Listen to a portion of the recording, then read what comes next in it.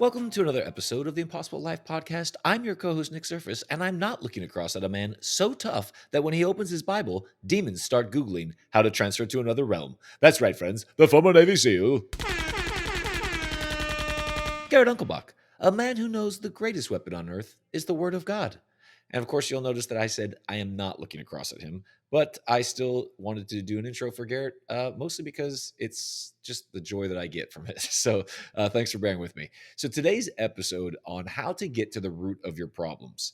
And this is one of those episodes it may not be all that it seems. I think there's a lot more to this. And let me explain it. Okay. So if you've ever had something that bothers you and you don't know why, or like you feel unusually stressed out about something that logically you shouldn't feel stressed out, but you feel really stressed, we're going to help you solve that today. I know that so many people, they'll have something happen or they'll just feel, upset or anxious or angry or whatever it may be. And if you're like, hey, what's wrong? They're like, I don't know, like something happened at work today, but like, I don't know why I'm so upset about it. If that's happened to you, this is for you. And let me tell you, it happens to all of us because you may have heard us give Tony Robbins the credit of saying that emotions are indicators. They're 100% true. Today, I'm going to give you literally a quick process that helps you get to the bottom of why you're feeling what you're feeling, and will help you understand what your emotions are pointing you towards. Okay, so this is something that I was talking to one of my coaching clients about actually, and it dawned on me how much I did this. And really labored at it very slowly many years ago, and how much I still do it today, but do it much quicker because I've used this so many times. So this, you got to understand the game that you're playing. You have a heart that can deceive you because your heart is a follower, not a leader. We did an episode on heart a few weeks ago, if you remember. The challenge, though, is discerning when your heart is leading you and when you're leading your heart, because we don't always know. And this is not my opinion. This is Jeremiah 17:9-10. The heart is deceitful above all things and beyond cure. Who can understand it? Man, that's a question. When you're getting asked a question like that, it's not because God doesn't know the answer. It's because he's saying, hey, guess what? If you think you're going to try and understand your heart, good luck. That's why it says, trust in the Lord with all your heart and lean not on your own understanding, because you're not going to understand it. But here's the good news. Verse 10, I, the Lord, search the heart and examine the mind to reward each person according to their conduct, according to what their deeds deserve. Thank God that God knows you. You don't need to worry about whether you 100% understand it because he knows your heart. So lean on him, because he's not only the one who understands your heart and knows what's in it, he can help you see what's in there, but more importantly, he can change your heart. Ezekiel 36 that says he'll give you a new heart, put in a heart of flesh. And what he's saying there is he'll give you a tenderized heart. But the point being, this is the game that we're playing. We have things in our heart, and I'm not saying like they're all bad or all good. There's things like I said, it's deceitful above all things and beyond cure. It means that this is just something that you're going to be wrestling with. Your heart is going to constantly try and uh, it's going to bring up the issues of life, as it says in Proverbs. It says, guard your heart above all things, because out of it flow the issues of life. So that your issues of life are going to flow from your heart. So in order for you to understand what's going on and be able to take hold of those things and get to the root of what's happening, there's a few prerequisites that you absolutely have to have in place. Okay.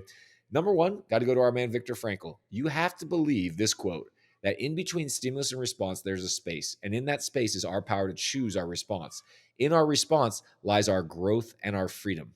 If you don't believe that you can choose the way you respond, if you believe that you're just like, well, I couldn't help it. If those words come out of your mouth, just slap yourself and say, stop being weak. Okay. Because you can help it. And if you don't believe you have the power to change how you respond to things, then you should probably stop listening. Right. Like, because what's the point? There's nothing I can say that's going to help you anyways. So you might as well go get distracted by something. But so you need to have a growth mindset about these things.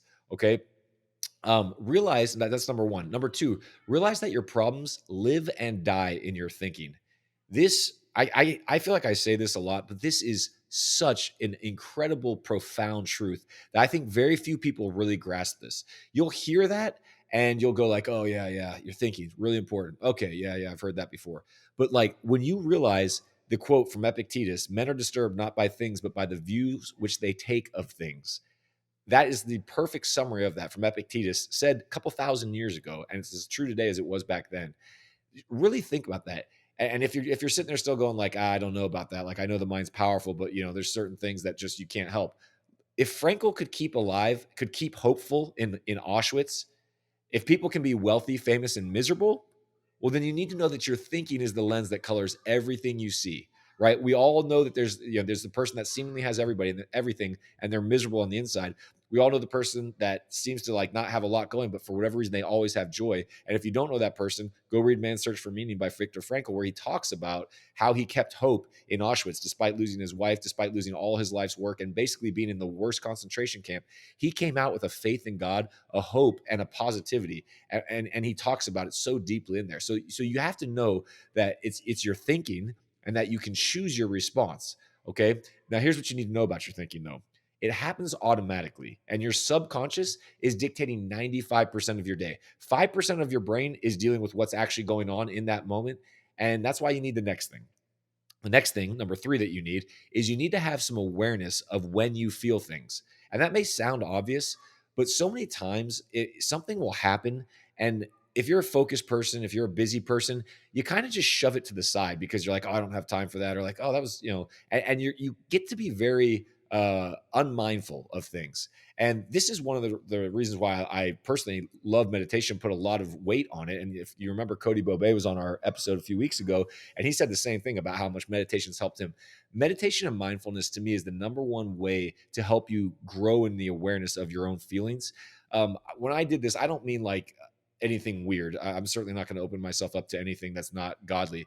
But meditation for me started like this. It started rather than trying to like shut thoughts off or being like, stop getting distracted or stay focused on meditation.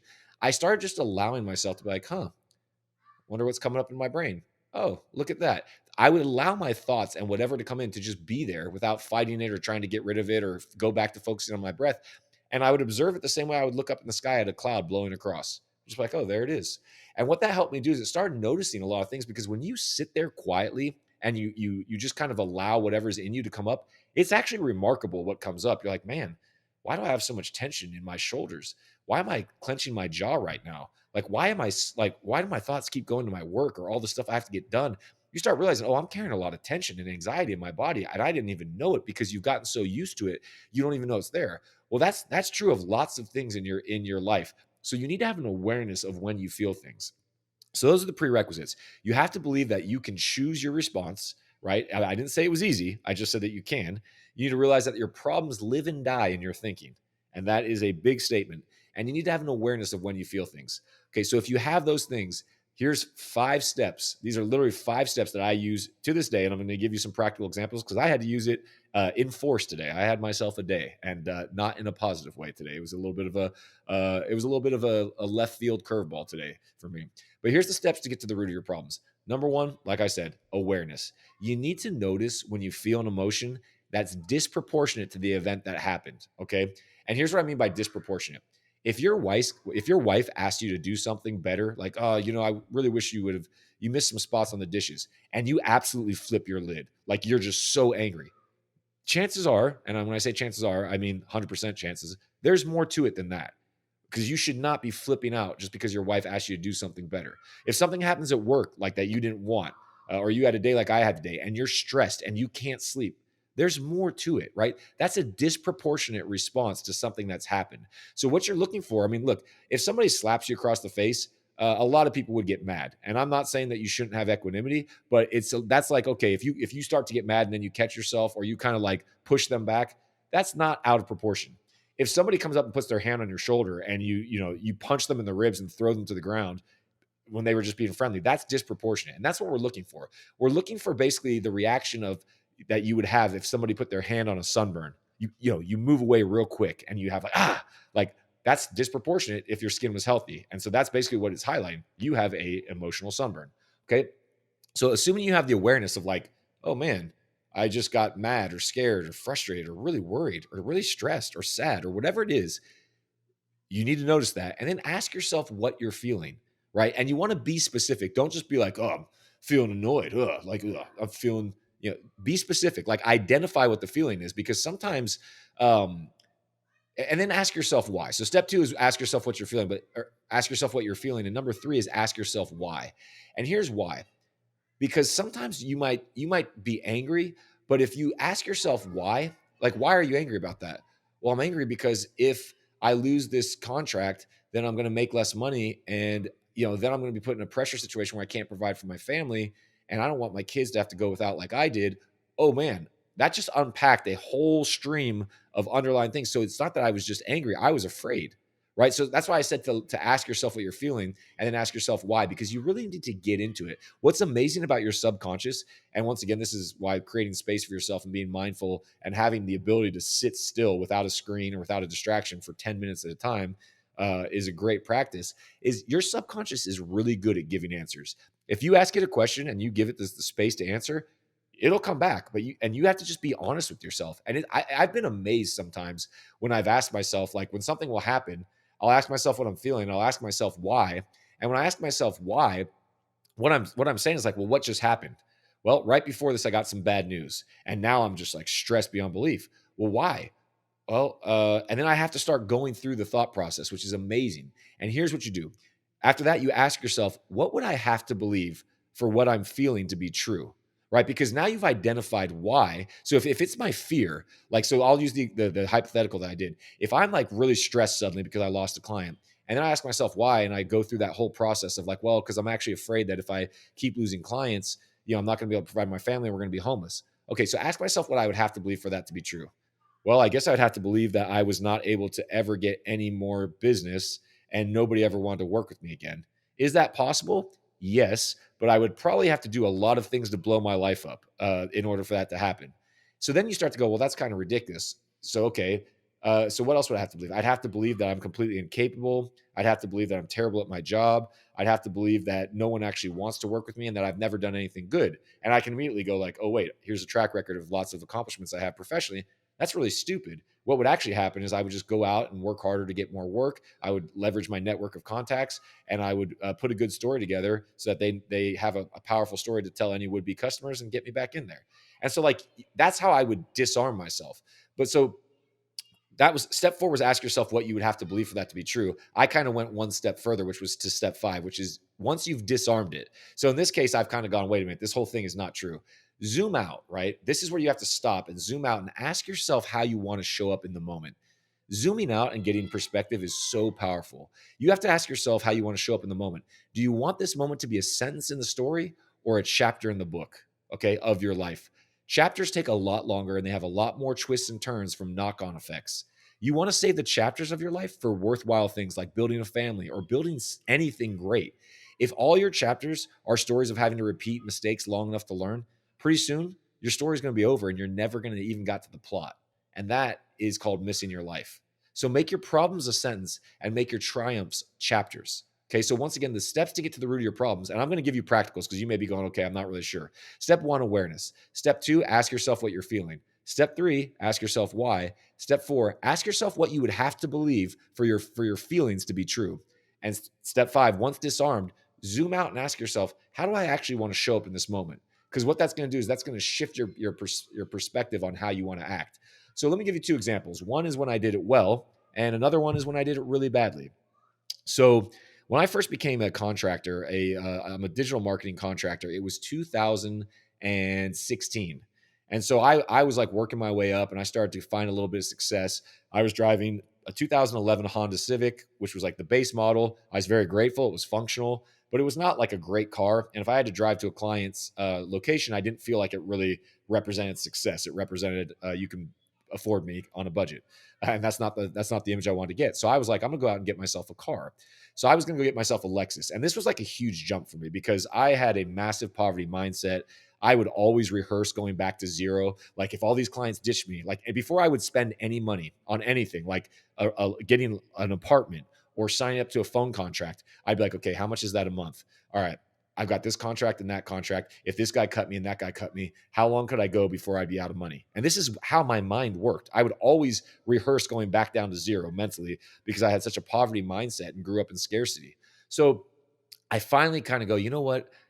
This is stupid. I'm doing well. I can go afford to have a more expensive car payment and have a nice car, and it'll be kind of cool to get a car that I really love for the first time because I've worked really hard. That was what was going through my head. So I'm driving to the dealership.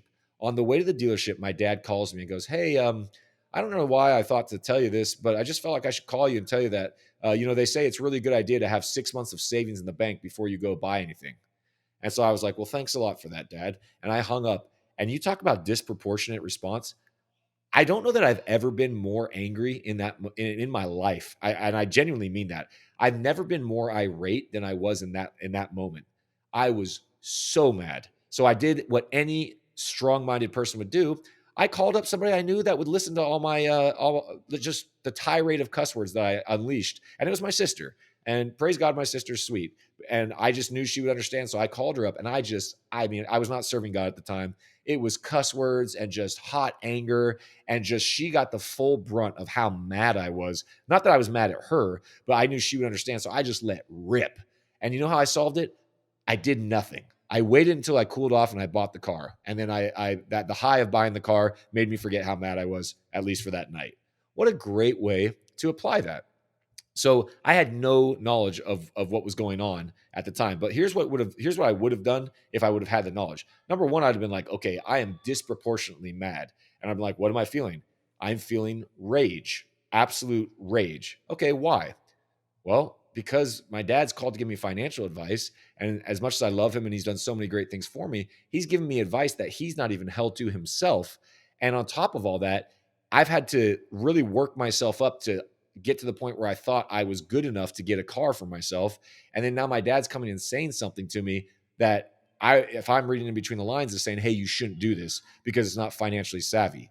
And I've had to like get myself to the place where I could convince me that I was worth it. And then now my dad's saying, hey, you shouldn't do it. And who is he to say this? Because he can't give me financial advice. He's not even following that himself.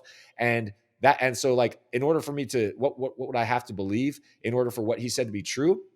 Well, I'd have to believe that my dad didn't really want me to like he didn't think I was worth it, or that he didn't think I should be getting this symbol of success, and that I didn't know what I was doing financially.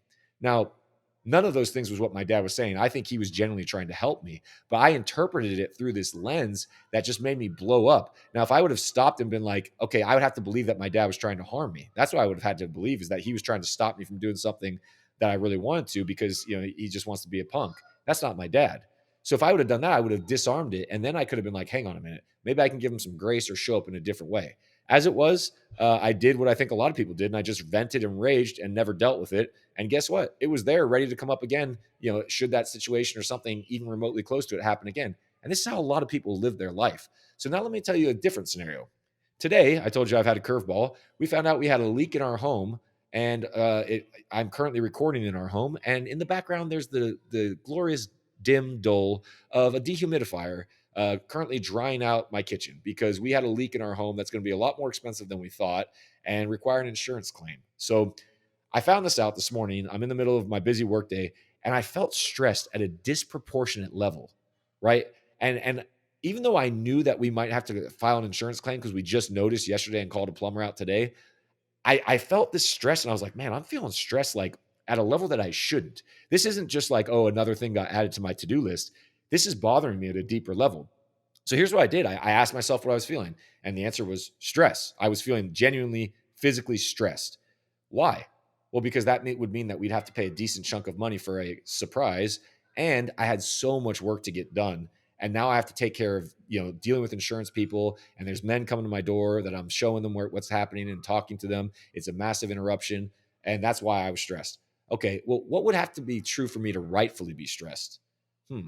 Well, I guess what would have to be true is that we couldn't afford the repairs, and that something bad would happen with my work if I didn't get everything done today. Now, none of that is true. I not only did I instead what I did was I realized, I was like, that's not actually true. I just need to lengthen my timeline for how long things are going to take me to get done today, because I've had an interruption. And praise God, we even though I don't want to afford it, we can afford to pay for what we're going to have to do to get our house back to normal condition. And praise God that we're in that position. But once I did that, it was amazing how the stress died down.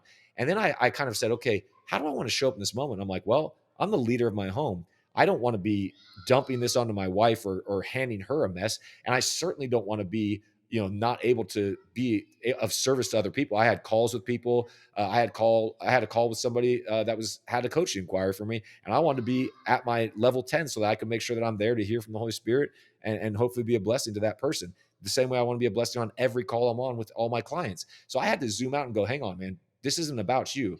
But if I hadn't been able to disarm the stress and get to the root of it, and then disarm the story that was going in my head, I would have never got there. So I hope that makes sense for you.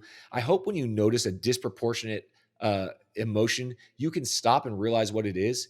Ask yourself what you're feeling, why you're feeling, what you would have to believe in order for that feeling to be rightfully true, and then disarm it and say, how do I want to show up in this moment? And I'm telling you, it'll take you a lot of work to do this in the beginning. It would sometimes take me literally like a day before I would kind of go, wait a minute, that was weird yesterday. And I'd have to kind of let the feelings die off before I could and analyze it and really unpack it. But now I do this so quickly. Once I realized I was stressed, I literally had like an internal word with myself. And within, I would say, probably 1.5 minutes, I was back to normal. And I was like, okay, check. Here we go. I'm in here. Let's go, Lord. Thank you. So I hope this helps you today. Guys, learning to master yourself is one of the lessons you will learn your entire life. Getting to the root of your problems, understanding why you feel what you're feeling, taking hold of the story, that's called winning. That's called making things that happen in your life sentences and turning all those sentences into a triumphant chapter in your story of life.